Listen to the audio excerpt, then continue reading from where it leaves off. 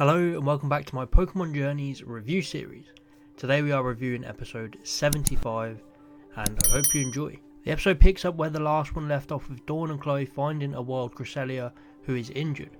A real strong start to the episode straight away with Chloe really bonding with Cresselia and opening up to it and trying to nurse it back to health, which leads to more bonding between Dawn and Chloe.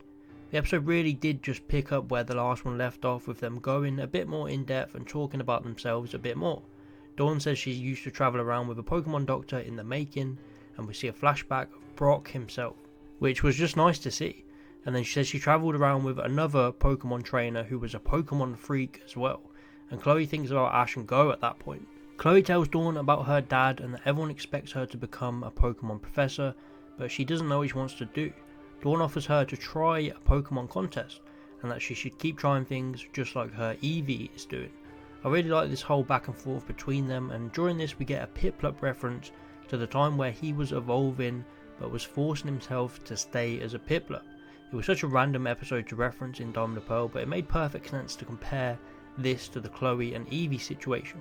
Dawn and Chloe try out some contest moves. We see Dawn in her new contest outfit using the iconic Whirlpool with Piplup. Chloe tries with Eevee, but it all just ends up splashing down onto her, which was hilarious. The main plot starts to move forward here with both Cresselia and Darkrai sensing each other, and we also get Team Rocket into the mix with the Gacha. For me, this is where the episode went a bit downhill. The whole Darkrai and Cresselia plotline seemed so forced and just put in here for the sake of it. The best parts of this episode were when two characters were just sat talking, and then this was just rushed in there so there was a main threat. But the Rocket Trio were used awfully here. They just got blasted off really easily by Darkrai. But this does lead up to the meeting once again of Ash and Dawn, and it was solid. I don't want to overhype it because it did feel like it could have been done a bit better. It seemed like a very anticlimactic moment. It just happened and then they moved on from it. However, we got another mention of Brock, which was cool.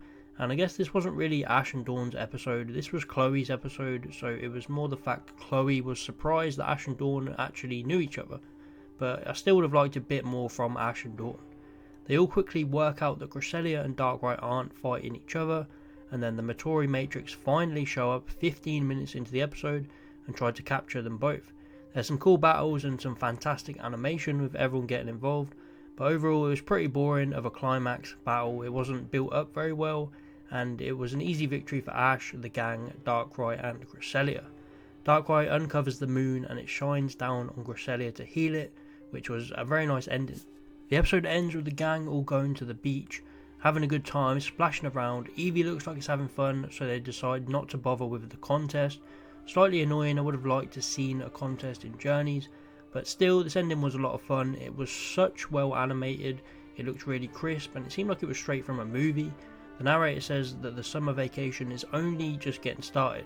Now this confused me a bit because I got hopes up that maybe Dawn would stay with them for the next few episodes, but she isn't, so it was a weird line to end the episode with, but maybe she will return later on. So overall this episode was good. I loved the early Dawn and Chloe moments, a couple of Brock references and the Piplup evolution episode reference. For me this episode just fell flat with the plot itself. The Darkrai and Cresselia stuff I didn't really care for. The Matori Matrix were just thrown in at the end. A lot of it seemed forced and maybe it wasn't needed. Maybe we just needed some slice of life episodes with Dawn and Chloe and no real threat. But we still got Dawn back and she was fantastic in these two episodes. One thing I didn't like was the lack of screen time with her and Ash. The lack of references for them two when they did finally meet. I think the reunion could have been done a lot better. But still a really good episode, and overall I'll give it an 8 out of 10. Let me know your thoughts. Did you enjoy? What's your rating out of 10? Please like and subscribe if you enjoyed, and I'll see you next time.